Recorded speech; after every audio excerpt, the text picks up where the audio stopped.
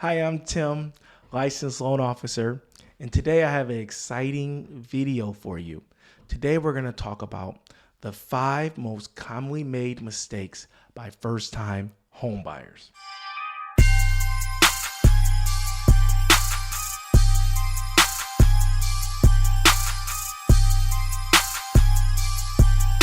Thank you so much for watching, and let's go ahead and get right into it. I'm going to go ahead here and share my computer screen. And this is a guide I put together. And if you want a copy, you're welcome to email me or text me and I'll send you this guide. So it's the 5 commonly made mistakes by first-time homebuyers. Read this now and don't let it happen to you. So I'm going to go over the 5 most commonly made mistakes that first-time homebuyers make. And hopefully after watching this, you won't make these mistakes. So before we get into the presentation, I just want to welcome you to the channel. This channel is all about buying a home. I go over everything, step by step, how to buy a home. I go over mortgage terms, credit, income. So if you're looking to buy a home this year, check out these other videos and it'll really get you ready to buy a home. And real quick here, I want to say hello. My name is Tim and I have a focus with first-time homebuyers. So first-time homebuyers is my niche. That's who I focus on. That's who I love working with. That's my target audience. And then I am right here equipped with a wide range of home financing needs. So I have a lot of different products and grants and assistance and loan programs catered to first-time home buyers. So we have a lot of different options and we can definitely find something for you.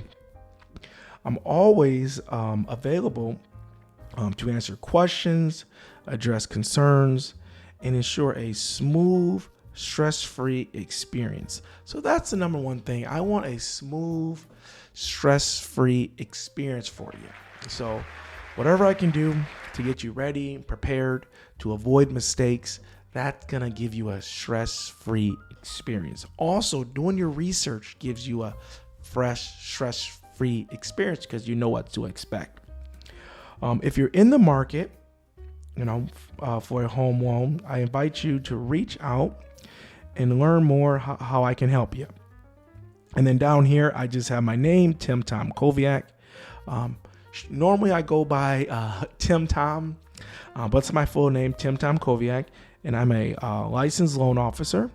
And then my license number is right here, 1-866-731.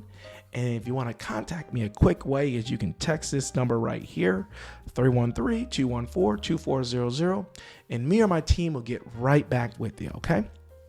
So with that out the way, let's go into the first mistake that you don't want to make.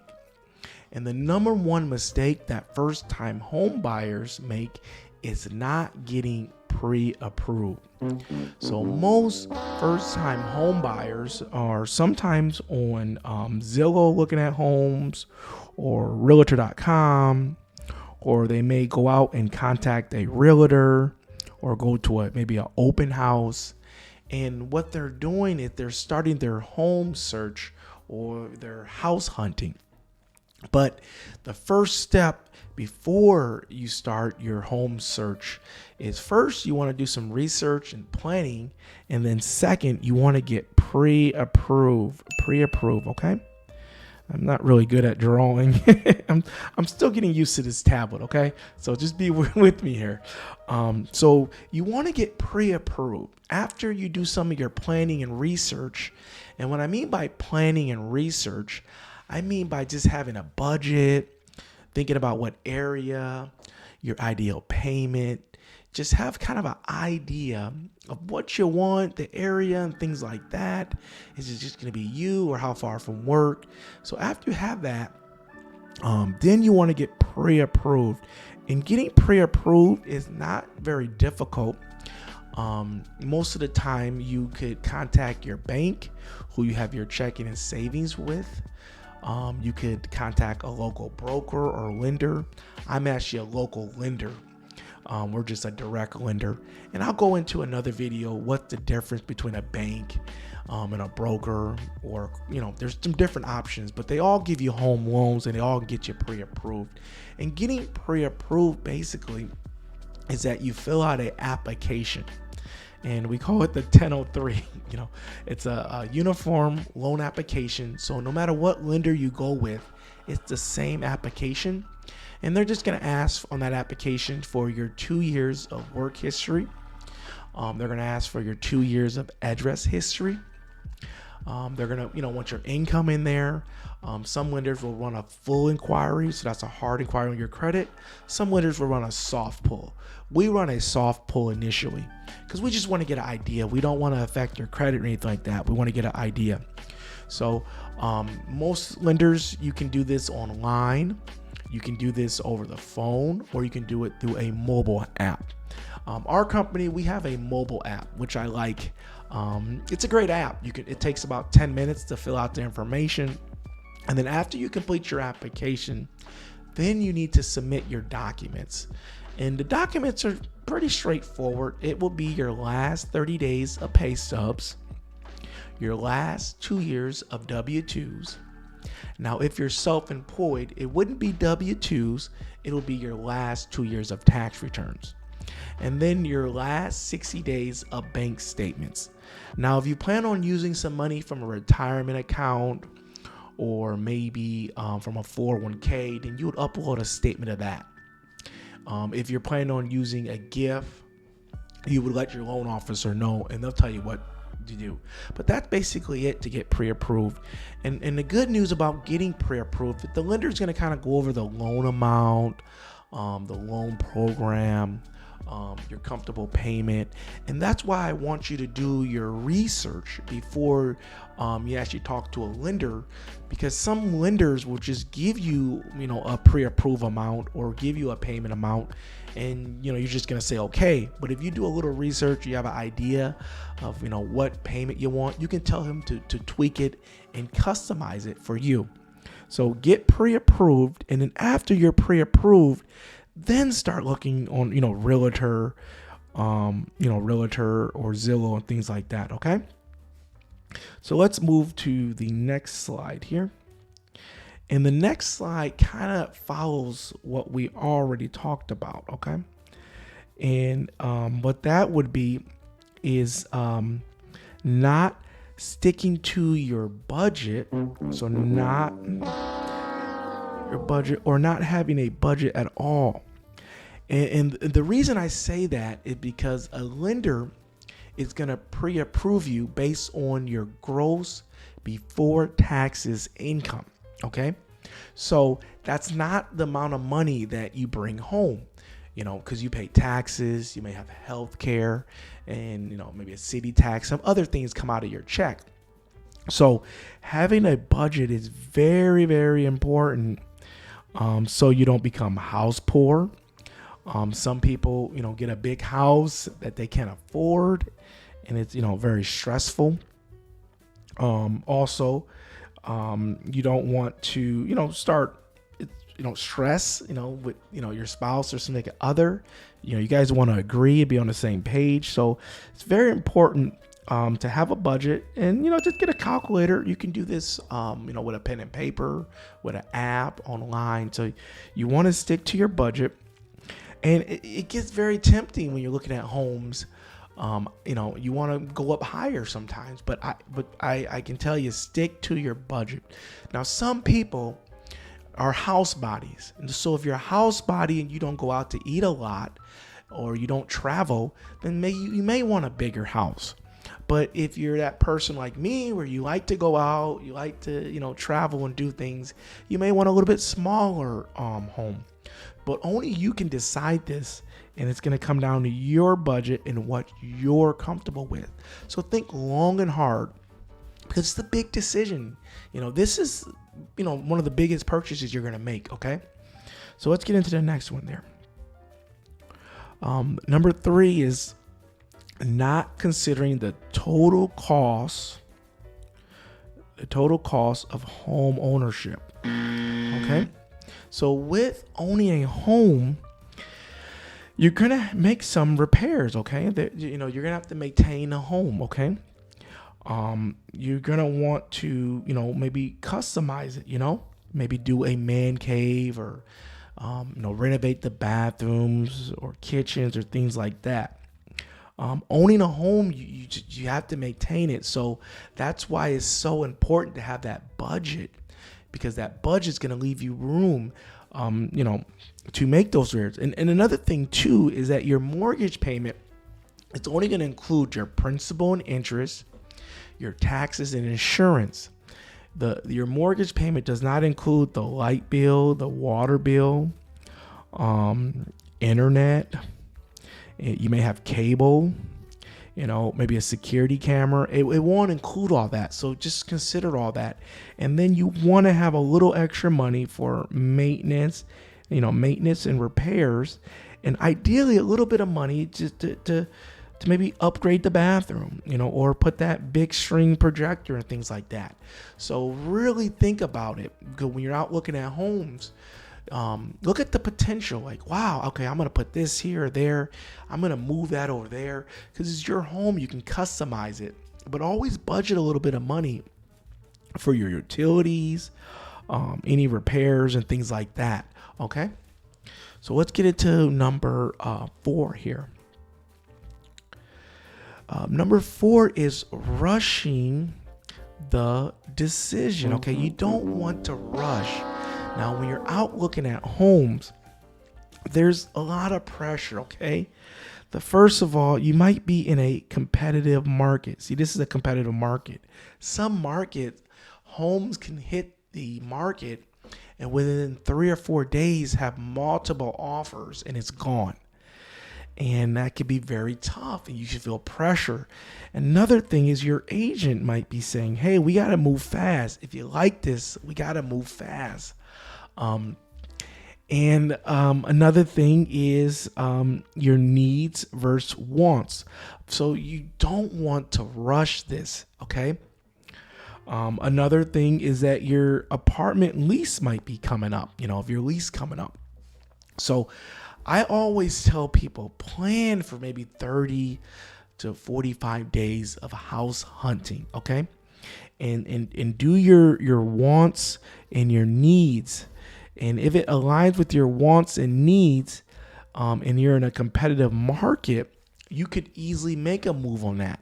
And you're not rushing because you've already done your budget. You already know your wants and needs. And then you're not rushing. You say, this is it. I want this home. But I don't want you to be, such in a hurry because your lease is up or because your realtor's saying it's going to be gone or you're in a hot market, okay? Because once you sign that purchase contract and then they accept your offer, you could lose your earnest money deposit, okay? You could lose money putting on an offer and then changing your mind. So, really have this thought out and plan this. And then most of the time you spend will be looking at homes. Getting pre-approved could take you a couple of days. Finding a realtor could take a couple of days. But the bulk of your time is going to be actually looking at homes. And I don't want you to rush a decision, okay? And I'm going to read this real quick. Rushing the decision of buying a home is a financial commitment. Understanding this, it is important that you should not rush. Take your time. Choose the best home that meets your needs.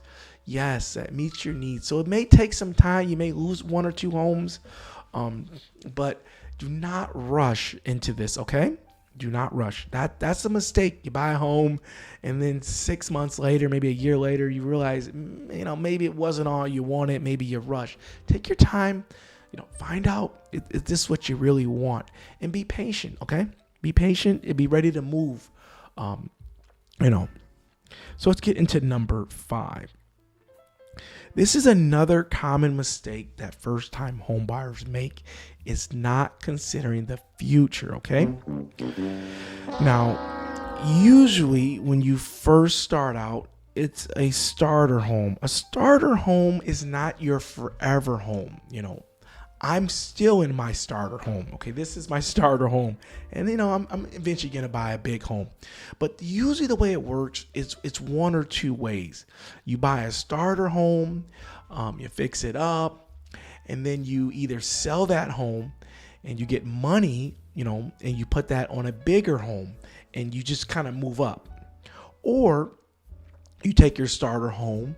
Usually starter homes make great Airbnbs or rental properties. You rent that out, and then you buy your second home. And now you just became a landlord and a homeowner. You know what I'm saying? So now you have a home here that's rented out. You're getting passive income, and now you have a bigger home. So consider the future. So when you're looking at homes with your realtor, if you're a single guy, ask yourself, what if you got a girlfriend that had, one or two kids? Would this home still fit your needs? If you had a family, would this home fit your need for your, family and friends come over? Would you be, embarrassed and things like that? So consider that. And then would this home be able to sell? I recommend keeping a home at least 5 years. And the reason I say 5 years is because, in 2008, there was a little crash, but within 5 years, all the homes, went right back or more. So consider it at least being in that home 5 years, because every time the market dips a little bit, within 5 years is right back or higher. So would you be able to sell this home in 5 years? Some homes are harder to sell than others. Would you be able to rent this home? And these are questions you want to ask your realtor, and she'll be able to answer that. And then, is this home going to be a stepping point? What's your plan with this home? Is it going to be something long-term? Just kind of think about that a little bit, not too much. But if it's a starter home, then it doesn't have to be perfect. It can be a little bit, because it's your first home, getting your feet wet. You may have a smaller payment. So really think about that, your needs, and then some of your future needs. Consider your future, because I don't want you to buy a home and then 2 years later your needs change and now you want to sell or want out. Okay, so just consider your future needs. And did I miss anything? Did you have any questions? If you have questions, comment below.